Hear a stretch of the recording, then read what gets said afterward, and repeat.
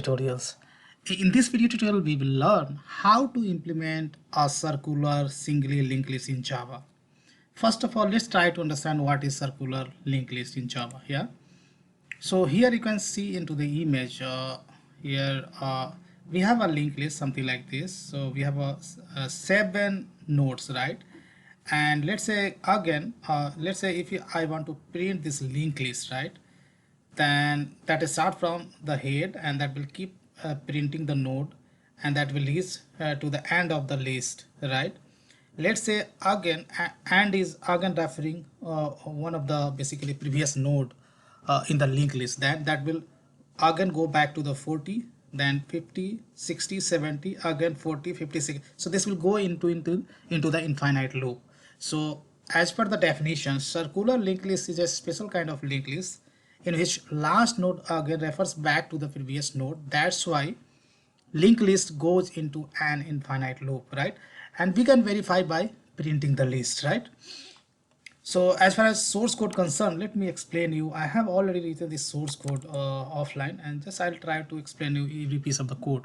So as you know, linked list always start from the head node, right? And that's what I have created one head instance variable.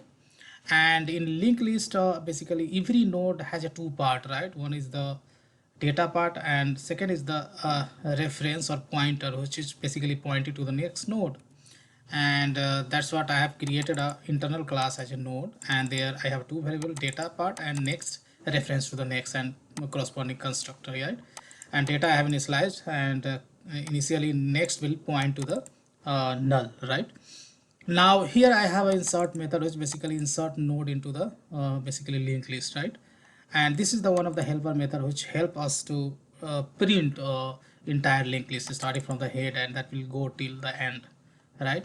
And here you can see I have created 7 nodes with a different value, right?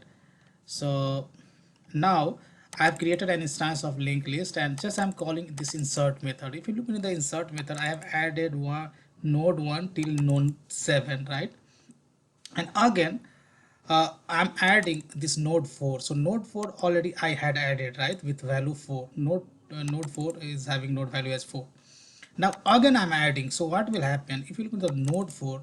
So this is one of the object into the memory, right? And this object I am going to add again after end of the list. So this will this so here node 4 I'm adding twice, so this both will point to the same memory location, right? And that's the reason linked list forms a infinite loop.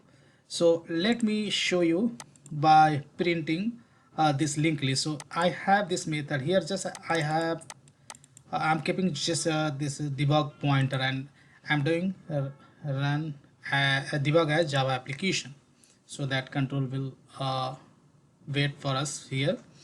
And now I'm going to press function F8. So here you can see if you look into this, this will never end, this will keep printing, right? This will go in the infinite loop. So here you can see first of all linked list has printed starting from first node till last node, right? So first node is 10 and last node is 70. Again 40 to 70 is getting repeated again and again, right? The reason is that linked list has formed something like this. So first of all linked list is printed starting from head node to last node, so 10 to 17. After that, after adding the last node, again I have added this node with value 40, nothing but the node 4 which was already added. So this will form a basically loop, kind of loop. Let's say if you add at last, if you add let's say if you add node 3, then this will basically make an infinite loop starting from here.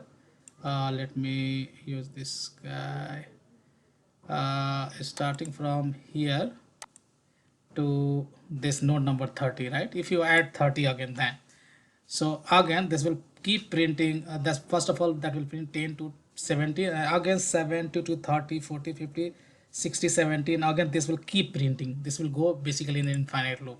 So that is the basically one of the way to implement circular linked list in Java, right? I hope you understood, guys. As far as this code concerned, I'm going to post this code on my blog kkjavatutorials com, and link you can get from the video description part.